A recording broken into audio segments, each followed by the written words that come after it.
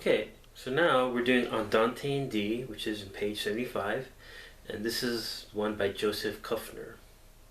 He's another classical era composer. For the right hand, everything's pretty easy. However, now what you can do is you're going to have block chords. And what I mean by this is that well, we've had block chords before, but in this case, you're going from one block chord to another block chord to another block chord. For example, the prime example would be measure 3, where you have this thing going on.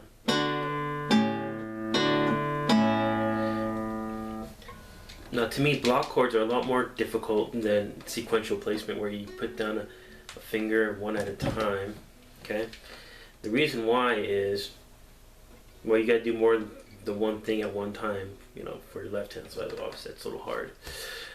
The trick is to get good at block chord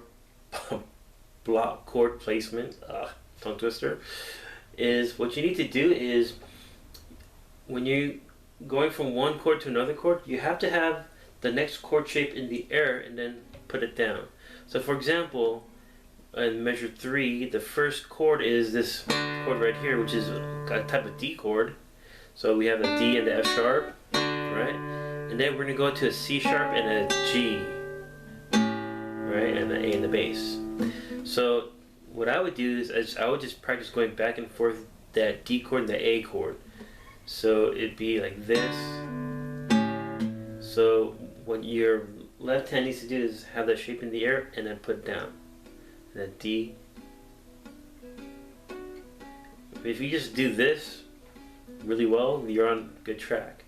So try to, do the actual chord. So D, A7, D, A7.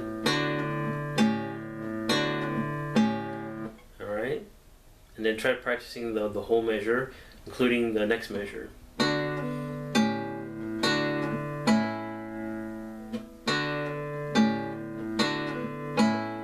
Other than that, there really isn't much, anything really hard about this piece.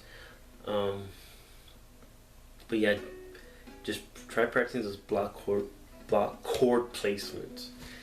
And in fact, you could do that with, like if you're just playing full chords, like as like the C chord to an F chord to a G chord. A good exercise would just be going without playing with your right hand, just doing these block chord placements. See if you could do pretty well. If you do that, then you know that you're doing a pretty good job playing chords. Okay, here we go, nice and slow, and then I'll play fast. 1, 2, 3.